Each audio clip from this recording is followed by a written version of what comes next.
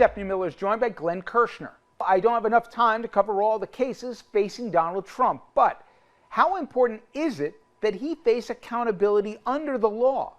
That is what our host and guest discuss. Real quick, do you want to see another investigation of Hillary and Bill Clinton? Because in the Durham report, John Durham wrote that while they were pursuing Trump, they made no effort to investigate the claim that Hillary Clinton was taking money from foreigners for her Clinton Global Initiative and the Clinton Foundation. They not only didn't investigate her like they did President Trump, they gave her campaign a defensive briefing. Right. They should have done the same for President Trump because they literally had no evidence.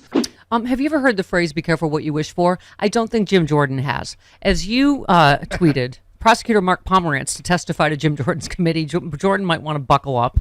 And you just said Pomerantz, a former organized crime and RICO prosecutor, will run circles around Jim Jordan and his Republican cohorts. It's going to be delicious, isn't it? Oh, yeah. I say to Jim Jordan, buckle up, Buttercup, because you're going to get your head tap danced all over by Mark Pomerantz. Here's the thing. Bragg withdrew his appeal, trying to put a stop to that subpoena, and negotiated some favorable conditions, including Bragg's general counsel, Leslie Dubeck, who seems to be a real fighter, is going to be sitting shoulder to shoulder with Mark Pomerantz, so they can put a stop to any inappropriate questions that Jordan asks that might compromise the ongoing prosecution and investigations in New York into Donald Trump.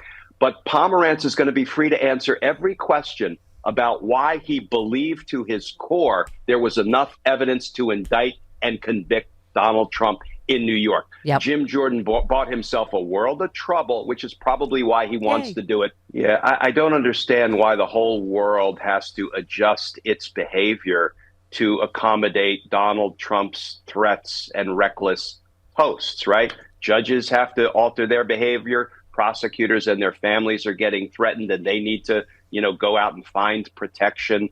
Jurors, both grand jurors and trial jurors, are outed and threatened.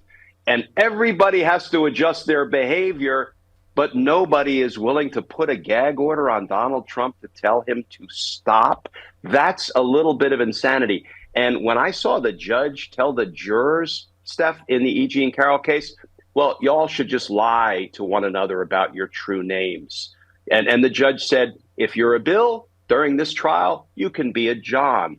That is corrosive and, in my opinion, damaging to the deliberative process that we ask jurors to go through, openly, honestly, and candidly talk about the evidence in the case and whether they should vote one way or another. That needs to be an open, honest, candid endeavor and discussion.